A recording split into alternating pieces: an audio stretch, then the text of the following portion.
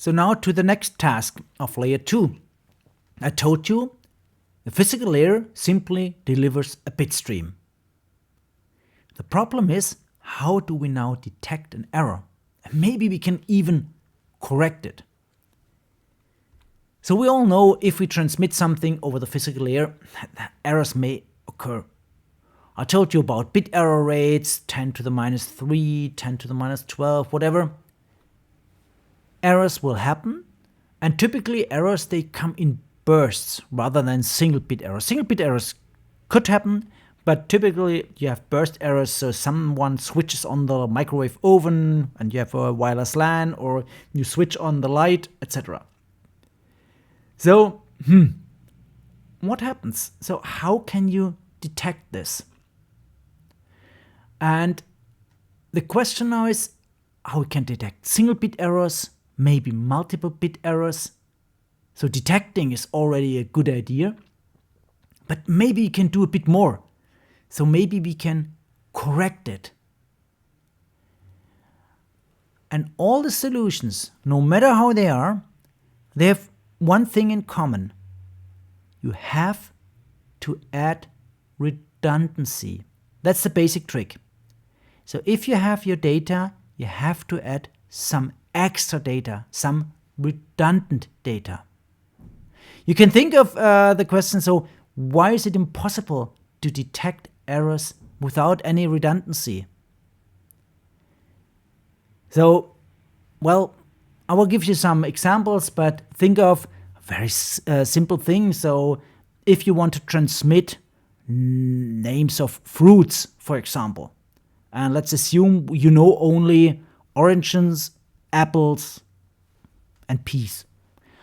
So we have a orange, an apple, and now you transmit your code word, and you want to transmit apple, but during transmission something happens, and it happens that apple is changed into orange. How can you now decide on the receiver side that this is an error? Because orange is a valid code word. So we only have this very small choice. So apples, oranges, peas, whatever. But if you have errors that flip bits in a certain way, that you generate an erroneous but fully correct code word, you will never be able to detect it.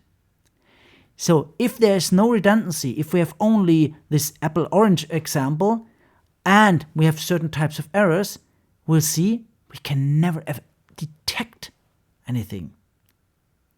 Okay, we will do this a bit more formal way. So the general solution is we have to add something. We have to add some redundant data, otherwise it doesn't work.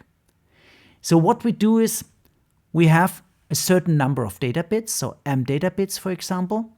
We add a certain number R of check bits. So in the end, we transmit M plus R equals N bits. And this N bit unit now with data and check bits, this is our code word. So we'll see how we generate this and what we can do with it. We'll also learn that depending on the construction of the code word, we might be able to detect errors, which is fine. Then at least we know that something is wrong. But if we do it the correct way, then, and invest a bit more redundancy, we also can be able to correct errors, which is quite nice. A good example where we need error correction is when we have real-time data audio transmission. So if we can just detect errors, this means that we can tell the sender, oh, something was wrong. Please send it again. We'll see how the protocols look like. But maybe this takes time. Think of a sender that is far away. Then take some time, data reaches you, and then you will check, and then you see, oh, there's an error. Please repeat. If you have real-time data, this may be too late. So it is a good idea if you're able to correct errors on your side. You receive data, you detect that there's an error, but you can also correct it. And this is what we typically have in all voice communication, mobile phones, etc. We'll come back to this. So how do we do this?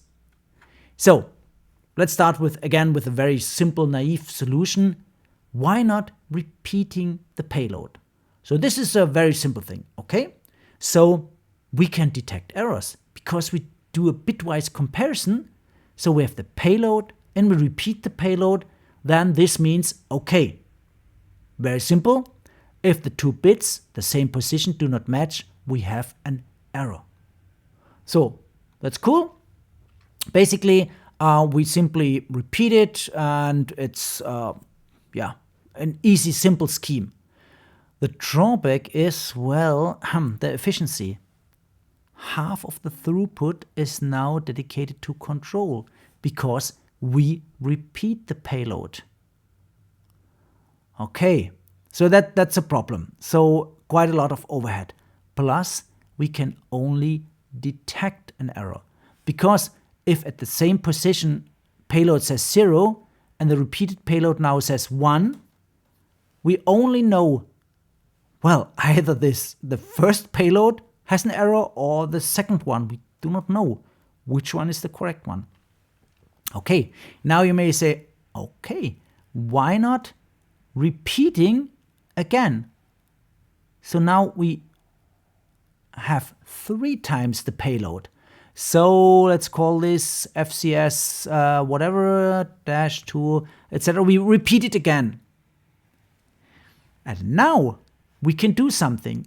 If this 3rd time transmission now also says 0 at a certain position, we can simply have a majority decision saying, okay, for 1 is only 1, but we have 0 and 0, so the result will be 0.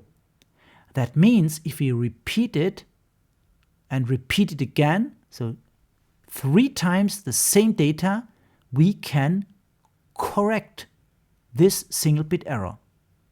So now you see the difference between detection. We simply repeat it, then we are able to detect. If we repeat it again, we can even correct it. But now what happens to the throughput? Well, it's only 1/3 because we repeat it and repeat it again. This sounds stupid. Well, by the way, this is exactly how the classical Bluetooth does it for certain parts of the data. So there's always the trade-off of how much overhead do we have and what are the gains when it comes to detection or even correction. Okay, now let's have a look into some of the schemes, very simple one and a bit more elaborated ones. So the very first scheme is called parity checking. Parity is a very old scheme, and this scheme is typically, in the simple version, not used for networking, but for example for RAM, so memory inside computers, if they have these capabilities. So there's special RAM that has this extra bit. So why do we need an extra bit? So the trick goes as follows. We have 8 bits here, 8 bit, and then we simply count the number of 1. And by definition, for example, we say, okay, we set the parity bit if the numbers of 1s is odd. So 1, 2, 3, 4, 5. Then we set this bit. Otherwise, it's 0. So if the numbers is even, the parity bit is 0. So we can have odd parity, even parity. So the receiver will get something, whatever. Well, depends on errors, etc. And you see, we flipped some of the bits. So we flip this bit,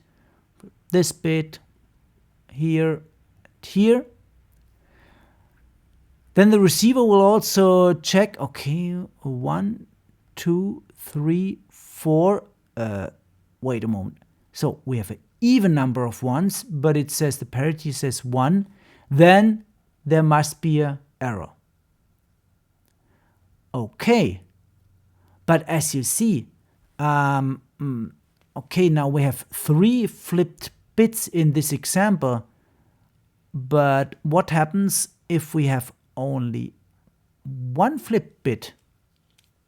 Okay, so why not saying, okay, this was correct, this was also correct, so we have only 1 flipped bit, then we also count 1, 2, 3, 4, 5, 6 bits.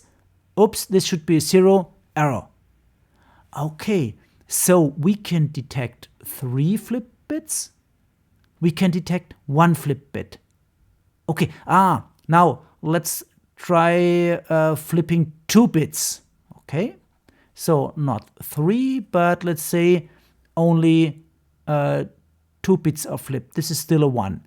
So it's all correct. So we detect what we see here. Now we as humans see there's 1 bit error, there's another bit error. What does the receiver see? The receiver simply says 1 bit, 2, 3, 4, 5. Oh, it's odd. Then it's 1. Oh, that's correct. Oops. So for 2-bit of errors, we do not detect this. We detect 1 bit, we detect 3 bit, and as you can imagine, we also detect 5 bits and we detect 7 bits, but we do not detect 2 or 4 or 6. So that is a problem. We always assume everything is fine, great, so no errors. So that's a problem. So you see, yes, the scheme is very simple, but not really powerful. And now we also learned that depending on the scheme, we are able to detect certain types of errors. Here only if we flip an odd number of bits. You can do this now, this parity idea, in some more elaborated schemes, like we can group the bits together, we can form a matrix, and then we can calculate this parity bits. You see, in rows, we can calculate it in columns, etc. So there are different schemes, and then we are also able to detect maybe where an error is. But the whole scheme is relatively weak. What does it mean? Well, yes, it's nice. It's only 1 bit of overhead, and at least we detect odd bit errors, but not the even bit errors. And correction, we do not know which of the bit is incorrect. With a bit more elaborated scheme than double parity, we can identify more errors, we can even correct a bit, but again, we do not detect all the errors. You can play with this scheme, and this is not really practical in networking. So, used in RAM, so you should know the scheme, computer architecture, but not for networking. So that's a pretty old scheme. So what can we do? So what we calculate is called a frame check sequence. So we saw that these parity bits, they don't really detect enough types of errors, just single bit or odd number of flip bits, and bursty errors, well, that's really a problem. So, but this is quite common in communication, so we need something different. And one of the solutions is we compute a what we call frame check sequence based on a simple modulo operation. What does it mean? So we interpret our data as a huge integer, a large integer number n, and we do modulo operation. So we basically divide. So we assume this is a number. We perform a division, and then what's left over, the remainder of this division, is then basically our FCS, frame check sequence, our control integer. So, for example, a very simple modulo operation, modulo 11 or whatever, and that's the idea. So, why do we do this? Well, basically, the receiver now performs exactly the same. Modulo operation, you have incoming bit, perform this modulo, and the receiver can now say, well, because we construct our data we send in this way that we append, we have our data, we append the remainder of this modulo operation to our payload, then the result should be 0 if we again perform this modulo operation. As soon as the result is different from 0, there was an error. We don't know where the error is, but there was an error. Why do we like these modulo operations? Because we can easily implement this in hardware. We'll do it in a bit more complicated way. Why? I will tell you, because we want to really cover way more errors than very simple ones. So that's the key idea. So we look at the data, we think, okay, the data is a number, we perform modulo operations, so basically we divide, and then there's something left over, and we append this at the end, knowing that now the data plus this control integer, modulo, in this case 11, should be 0.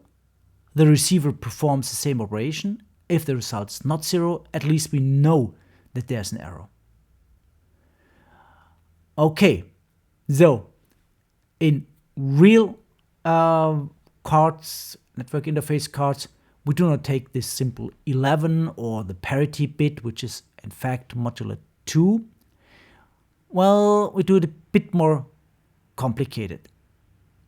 So typically we have a frame check sequence of 32 bits, and we now apply this modulo operation, this division, and append it.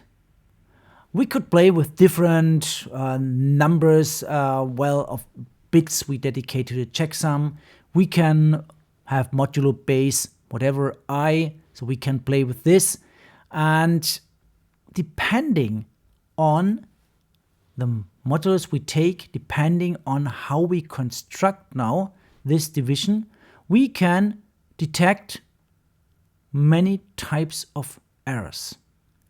So there's some math behind it, we'll skip this, but that's the basic idea. We generate a checksum in a special way so that we can detect, well, not only single bit errors, 2-bit, 3-bit, bursty errors, errors are with, for example, even number of flip bits, etc. Okay, so how is this really done in the card?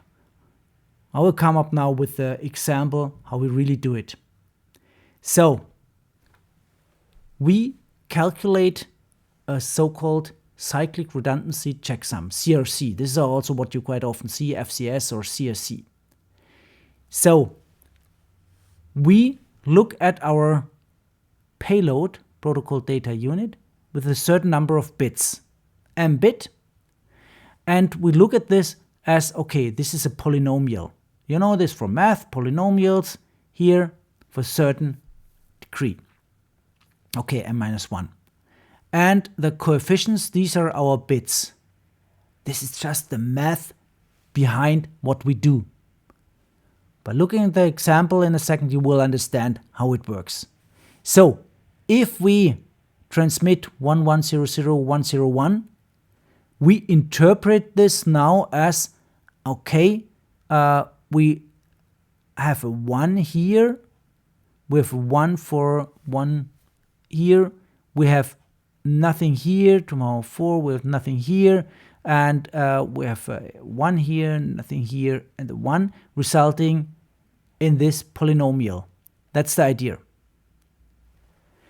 Then what else do we need? We have to agree on sender and receiver side on a so-called generator polynomial. That's a polynomial that's standardized, and that's used by the sender and the receiver. We'll see in a second how we do this.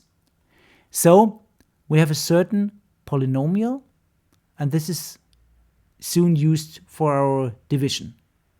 Okay, so generator polynomial. Now the sender basically looks at the data block, the payload of a certain length of bits as a polynomial, and we add some, now we see the redundancy, some redundant bits. And the number of redundant bits, that depends, as we'll see in the example, on the degree of our generator polynomial. That's all the math behind it. So the sender, well, in the end we have a very simple hardware piece, but the theory behind it is that the sender considers the data as a polynomial and we perform polynomial division. The receiver does the same now and checks what is the remainder here. The remainder is 0. The receiver assumes there was no error. Otherwise, the receiver knows for sure there was an error. I explicitly on purpose said the receiver assumes there is no error if the result is 0, the remainder is 0, because you cannot be sure. I'll come back to this. If the remainder is unequal to 0, I'm 100% sure there was an error. Okay, example. Then you will understand the idea behind it. So, simple algorithm. As I said, we have a generator polynomial. We will divide this generator polynomial, and R is the degree of the generator polynomial. So first what we do is we append R 0 bits. The lower end, now our data, what we transmit, first of all, before we do the division, is our payload. That's the payload here. Plus this is our redundancy. So first of all, we have our 0 bits. Okay? So that's the idea. So thinking in polynomials, you see the polynomial here. And now we start the division. Okay, so and we see it's very, very simple, this type of division. So we divide and divide and divide, and then we will get a remainder. And the idea is that we then transmit the original data plus the remainder. Okay, so, and the computation is very simple. Why? We use polynomial arithmetic, modulo 2. It's very simple. We operate here in Galois field 2. Okay, that's the 3-year background. So sometimes also denoted as F2. And why is this nice? Because we don't need carriage. You know this from paper pencil method of adding. So 1 plus 0 or is 1. Okay, that's fine. 1 plus 1 is 0. But we have a carriage. Not in this arithmetic. We'll not go into the math. Here it's very simple. It's an XOR. So exclusive OR.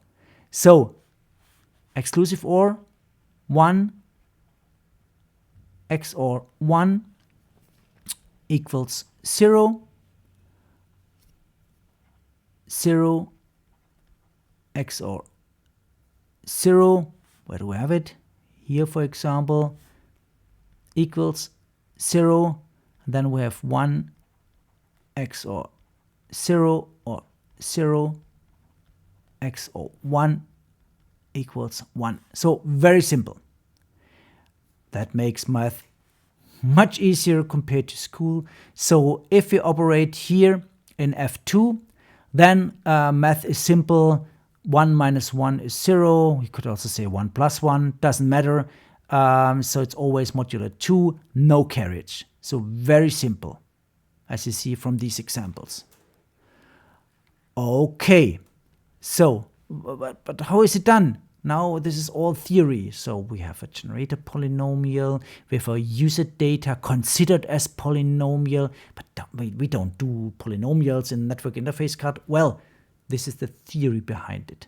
So now the concrete example. So simple math is always good for fast hardware. So now the example. We want to transmit 10111001. Okay? So that is our payload here. That's the payload. Then sender and receiver have to agree upon a generator polynomial. Okay, this is our generator polynomial here. And we learned, okay, that's our x to the power of 4, 3, there's nothing, 2, there's nothing, there's our x to the power of 1, and that's x to the power of 0. Okay, so that's a generator polynomial. So what does the sender do? Well, the sender takes the data to be transmitted. That's the payload here. And appends 4 zeros. That's exactly because the degree of the generator polynomial is 4. Okay? So now we can start our division, polynomial division, but in a very, very simple way. So we divide now by this generator polynomial. And there will be a result and a remainder. By the way, we do not care about the result. So what do we do now? We do this very simple math. So, okay, 1 XOR 1 is 0. 0 XOR 1 is 0. 1 XOR 0 is 1. And so on. So it's very simple. And simple, as I said, is always good for hardware. So we do this polynomial division, and then we will have a remainder. Can be interpreted as polynomial. That's not the point. But this is then exactly what we append. So, and this is what we call our CRC, or frame check sequence. So what we send is then the payload plus this CRC. Okay, so this is transmitted. And now many things can happen. We can flip a single bit, 2 bits, burst of bits, whatever. The receiver will take exactly this bit sequence here, and the receiver will then start doing exactly the same polynomial division. Again, the receiver is also not interested in the result, but in the remainder. And the remainder should be 0. Then the receiver assumes everything is fine. If we see 0, receiver says, okay, there was no error. Be aware, it could be the case that there was an error. We'll come back to this. But the receiver in this case assumes data is received correctly. Fine. So that's the idea. Well, just some notes. Yes, here in this example we have zeros. There are systems where you use inverted bits or ones as presets, but that's not the point. So what happens if we have errors? So, well, for example, let's flip 3 bits as shown here. So we have 3 flipped bits. We do the math. We have a result, a remainder, which is not 0. Then we can be absolutely sure there was an error. If the result is not 0, 100% there was an error. But the problem is, if the errors are quite tricky, it could be the case that the result is 0, the receiver says, fine, everything is fine, there was no error at all. But this is wrong. This is simply wrong. So there are cases where we do not detect errors. Now I come back to my very simple example.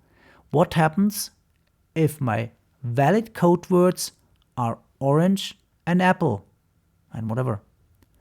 And the errors are such that the flip bits create an orange out of the apple.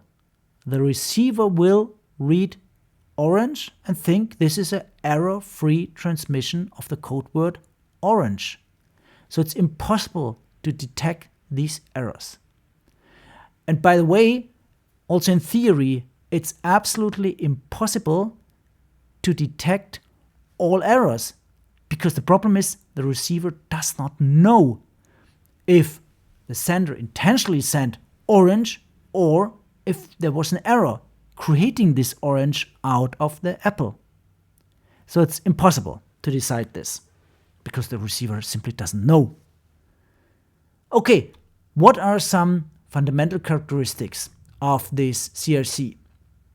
So what is quite nice, it can be shown that if we have a certain number R of check bits, you can detect all bursty errors of a certain length. Bursty errors, that means you flip several R, in this case consecutive bits. Okay, well, there are also some drawbacks. So the point is, here you can also do the math. So if you transmit a certain message, you want to transmit TX, but you receive this TX plus EX, so there's some errors of it.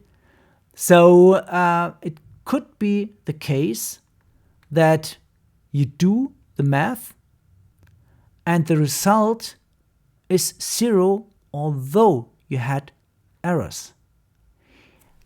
And it can be shown that as soon as you contain the generator polynomial itself as a factor in the errors, so you add to your payload, you add the generator polynomial, you cannot detect it. So this is exactly our apple becomes orange example.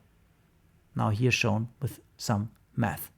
So the problem is there will be always some errors, erroneous packets that will simply go through error detection on layer 2. There's no way of having a 100% scheme. Never. Okay, so that's the theory behind it. So we consider this, our payload, as a huge polynomial. We divide by a generator polynomial. There's a remainder. We append the remainder. On the receiver side, we do exactly the same. Take the receiving sequence of bits, consider this as a polynomial, perform this polynomial division, check the remainder. If it's 0, we assume the transmission was error-free, but as we see here, yes, it could be the case that there was some errors. If we have generator polynomial as a factor, we cannot detect them. Okay, leaving math, coming back to what does it mean for us. So in real systems, we have standards for generator polynomials. So for 16 bits and here also for 32 bits. So these are classical generator polynomials for standardized, for example, for Ethernet. And why is there a standard? Yes, first thing, sender and receiver have to use the same generator polynomial. And second, well, they have to have some good characteristics. For example, all single-bit errors, double-bit errors, 3-bit errors, or all errors with an odd number, or all bursts with whatever 16 view, etc., etc. But as you see here, this is not 100%. So there are certain types of errors we cannot detect, and there's a remaining error rate. So what does it mean? So it can happen in your communication system that you receive data packets with errors that go through layer 2. It could be very rare, but it could be the case that layer 2 delivers packets with errors to the next layer. We have to take this into account. Very rare, but it can happen. But you see, 99.997, so it's not that often. Okay, so that's the idea. And why do we do it this way? Because there are very simple hardware implementations for this. So XOR, as I already showed, that's basically, for subtraction. It's a very simple thing. And we can add or subtract modulo 2, that's always the same. And we can represent generator polynomials or now as circuits, electric circuits. And so this simplified schematic. And the idea is that we shift our bit stream through this shift registers, as this is also called. And when we end with our payload, what's left in the register, well, that's the CRC. And then we simply append in hardware what's left in the registers. So that is the idea. So you will find a lot of literature about this, how this can be implemented. But the big advantage is this can be done in hardware. And if we talk about multiple gigabit per second, that's quite important that we do in hardware and not in software. Just to give you an impression that you can also do this in software, I will not go through all the details, but you can take your time and go through the source code. Here, an example implementation for a 16-bit CRC with a certain generator polynomial and with the code for it. So in C, so you can implement this also in software. But for network interface cards, this is typically done in hardware. So that's way more efficient, way faster. Okay. So this was all detecting errors. But maybe we can also correct it. And I already said so. If we only have the code words apple and orange, it's impossible to correct this or even detect this if there's no redundancy. But we learned if I repeat, for example, the same message 3 times, I'm able even to correct something. So I can have a majority decision. Okay, so a bit theory behind this. How can we say we can detect a certain number of errors bits or correct them? We have to know something that's called the Hamming distance. What does it mean? The Hamming distance basically is the number of places in which 2 binary sequences differ. So if we have 2 code words here, W1 and W2, we compare them and we check how often do the bits at the same position differ. Here one of the code words has a 1, the other has a 0, and here again, and here is 1 is the 1 and 0. So we see in 3 positions those code words differ. And then it said, okay, the Hamming distance between those code words is 3. Well, I'll come back to this. Why is a distance important? Come back to our simple example. If we have only the code word orange, for example, and the code word apple, there's nothing else. Okay? Then the error could flip the apple into an orange or the orange into an apple. We don't know. We cannot detect any error. No way. So if we have a single bit here, for example, a 0 is for orange and a 1 is for the apple, what could the error do? It could flip the bit. but we cannot detect it. So that's not really a good code. So what could we do? For example, we could say, oh, let's add some redundancy. Why not coding the orange as 0, 0 and the apple as 1, 1? Okay. Does this help? Well, yes. It could be the case that we flip a single bit and create the code word 0, 1. Oh, this is not a valid code word. So we flip the bit. Oh, we can also flip a bit here and we reach a 0, 1. Or we flip the other bit, so we reach 1, 0, also from here and there. So you see, we have two valid code words, 0, 0, it's the orange, and 1, 1 is the apple. But also we have two code words that are not valid ones. And you see, by adding this extra bit, at least we can detect, oh, something went wrong here. So this is neither an apple nor an orange. Something went wrong. Okay, but we cannot really now correct anything. We can at least detect this single bit error. What else could we do? Why not coding now? Well, maybe we should add some more redundancy. So why not using 3 bits?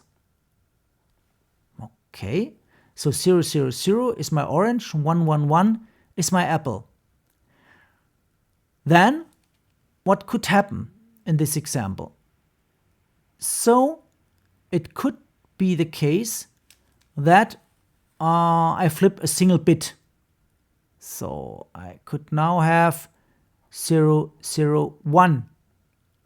Or I could have 0, 1, 0. Or I could have 1, 0, 0. That's all by flipping a single bit from the orange. And also for the apple, I could have 0, 1, 1. I could have 1, 0, 1. And I could have 1, 1, 0. Does it help? Well, yes, sure. I will now see, okay, not only there's an error, but I can correct the single bit error because I see the distance from these erroneous code words to the valid one is a distance of only 1. So I could correct this by assuming, okay, maybe only 1 bit is flipped, and the same is true now for these received words. I can correct this. So if I use 3 bits, I can now suddenly correct single bit errors. Oh, that's cool. So I can correct single bit errors. What happens if I flip 2 bits? 0, 0, 1, create out of this. Oops. Okay, we have a problem. 2 bits. I can detect something went wrong, but I cannot correct 2 bits. Why? Because this is closer, if you look at the Hamming distance, to orange. So if 2-bit error happens to the apple, I will assume, oh, that's a 1-bit error, and this was an orange. So you see, we can correct single-bit errors. We can detect 2-bit errors, but we cannot correct them. I'll come back to this. For 3-bit errors, well, what about 3-bit errors? We're lost again. Why? A 3-bit error will directly make an apple out of the orange and vice versa. Okay, so now this was about 2 code words. And just to make it complete, we can also talk about the Hamming distance of a complete code as a set of code words. So we can go through all possible words that we can create out of m bits, so 2 to the power of m. And then we add the check bits and we create certain code words. Typically, well, yeah, we should not use all of them because remember, we need redundancy. So we have a list of valid code words. Oh, this was our orange and apple. So that was in our example 0, 0, 0 and 1, 1, 1. So that was the valid code words. Very simple example, only 2 code words. And now we check the Hamming distance, and in general it said find the 2 code words with a minimum Hamming distance, and this is then the distance, Hamming distance of the whole code. Here in this case we have only 2 code words, very simple, 2 code words, and the Hamming distance is 3. So we saw with this very simple example, Hamming distance is 3 with our 2 code words. We were at least able to correct single-bit errors and detect 2-bit errors. We were lost with 3-bit errors. So remember, Hamming distance, number of places in which 2 binary sequences differ. Okay, and for a whole set of code words, we check all the code words against each other and take the minimum. This is then the Hamming distance of a code. And now it can be shown, we don't do the math, it can be shown that we saw the examples of our apple and orange.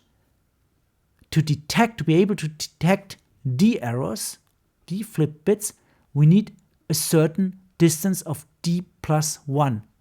You saw in our apple and orange example, we had a distance of 3, and you saw, yes, we were able to detect 2-bit errors.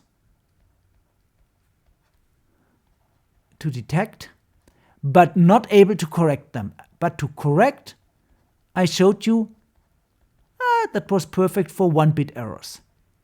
So to correct D-bit errors can be shown that we need a distance of 2D plus 1. So 2D plus 1, that's 2 plus 1, that's 3. So the example showed you exactly this. So if we construct codes, we check the Hamming distance, so we compare all the code words, and this was exactly our example. We had the orange and we had the apple, and with 2 code words, in this simple example only 2 valid code words, with a distance of 3, we can detect 2-bit errors and can correct 1-bit errors. So that's the idea. Okay, so that is a very simple scheme of Hamming distance. And now, just an example, what else you can do? We can construct code words in a bit more complex or clever way. What can we do? Well, we can take an example, ASCII code, here now 7-bit ASCII, and we can create code words, 11-bit code words out of this 7. And we place check bits at certain positions 1, 2, 4, and 8. We spread now the code words over our data code, the H for example, over this transmitted code words, and we then calculate the parity in a certain way. For parity bit 1, we take data bits 3, 5, 7, 9, 11, calculate the parity. For parity bit 2, we take now data bits 3, 6, 7, 10, 11, calculate the parity bit. For parity bit at bit position 4, we take data bits 5, 6, 7, calculate the parity. You see, in this example we have only a single 1, and then this means 0, 0, 1, so 1, only 1, 1. That means, okay, parity is 1 in this example. Okay, so we continue. Parity bit at position 8 is calculated using 9, 10, and 11. So that is a special construction, a lot of literature about it, but this is the way how we construct the transmitted code words, character by character. The receiver recomputes and compares the parity bits And now the big advantage is, so if we see that something went wrong, if there's a mismatch, because we know how the parity bits should look like, if there's a mismatch, we sum up the indices of the incorrect parity bits. So we have one at position of 1, 2 to the power of 0, here 1 to the power of 1, 2 to the power of 2, 2 to the power of 3. And the trick is now that we sum up the indices of the incorrect parity bits. And the sum is then the index of the incorrect bit. So that is the idea here. Give an example.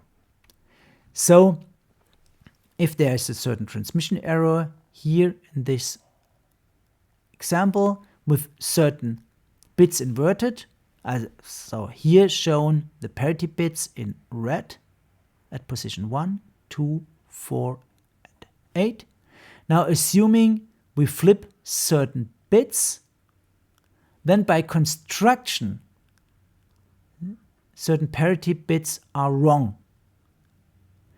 And then we know, okay, it should be adding up a certain bit at this position, but doesn't exist. Okay, why do we do this? These examples show you what can go wrong. Even this construction will not guarantee you a perfect code. So what is the advantage? We can detect by using this, and this is a quite famous code generating from this 7-bit ASCII, this 11-bit, what we then transmit, we can correctly identify single-bit errors. Identify and recover them. That's the idea. But as you see from the example down here, so depending on how these bits are flipped, well, we can get some strange results, or we can falsely recognize things as incorrect, or we simply do not recognize the error. Why? Because we can only identify and correct single-bit errors.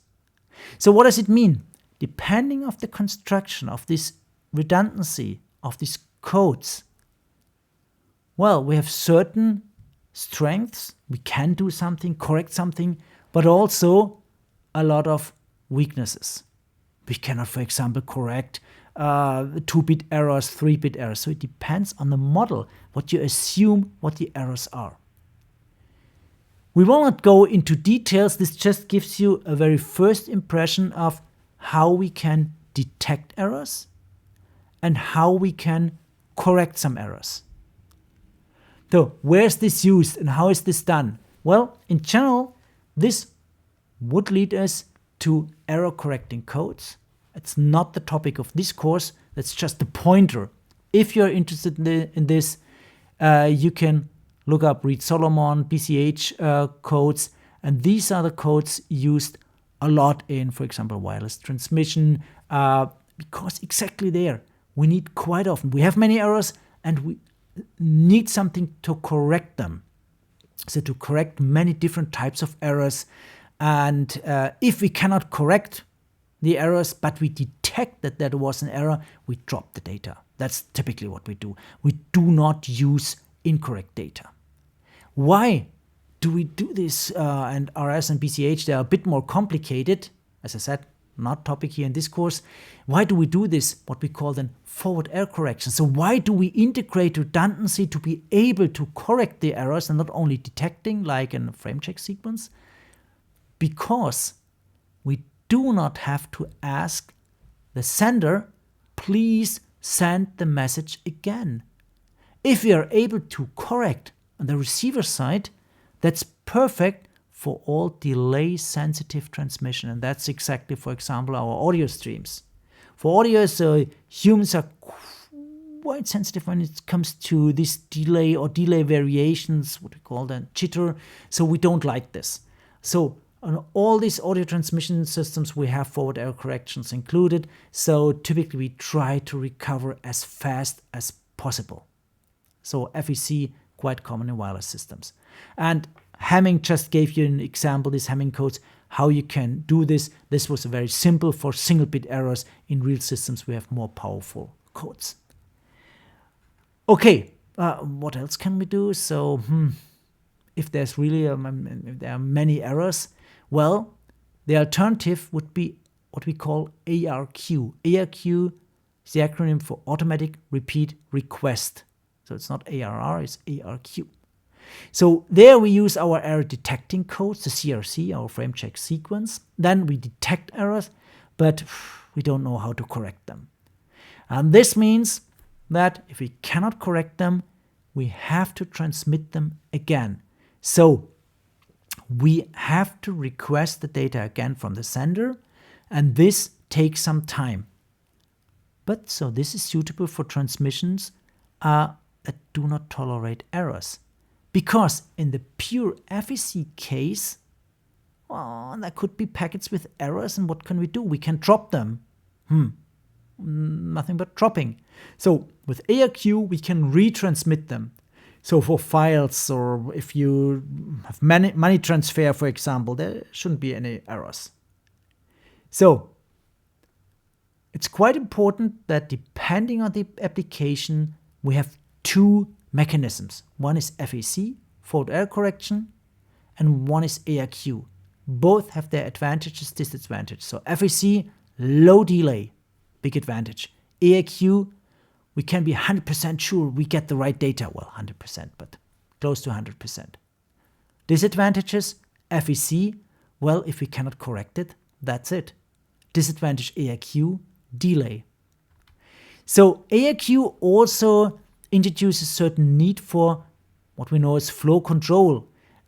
Because if we have ARQ, in contrast to FEC, we have to number the data blocks. Because if we say, oh, there was something wrong with what? With data block, data frame number 17, for example. So we need some numbering.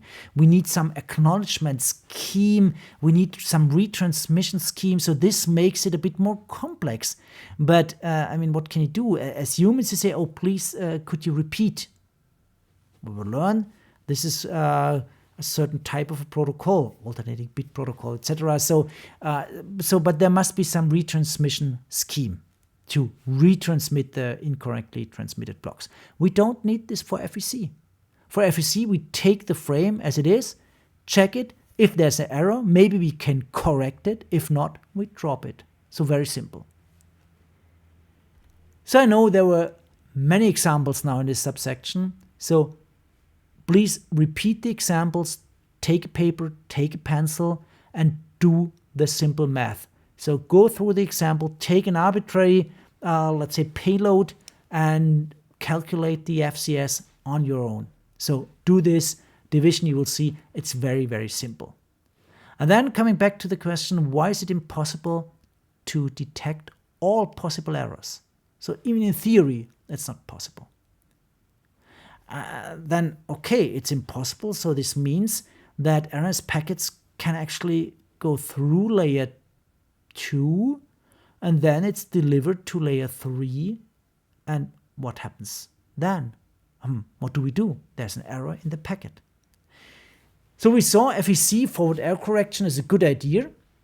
We can correct errors, but what is the disadvantage of FEC? We saw there's also a second mechanism, ARQ. We are here on layer 2. Now, why is it a good idea to do this ARQ already on this low layer, layer 2, instead of higher layers? We could also say, even at the application, oh, there's something wrong with the packet, please repeat. So layer 4 or even higher. So why is it better to do it on layer 2 and not wait until layer 4 and then doing the retransmission?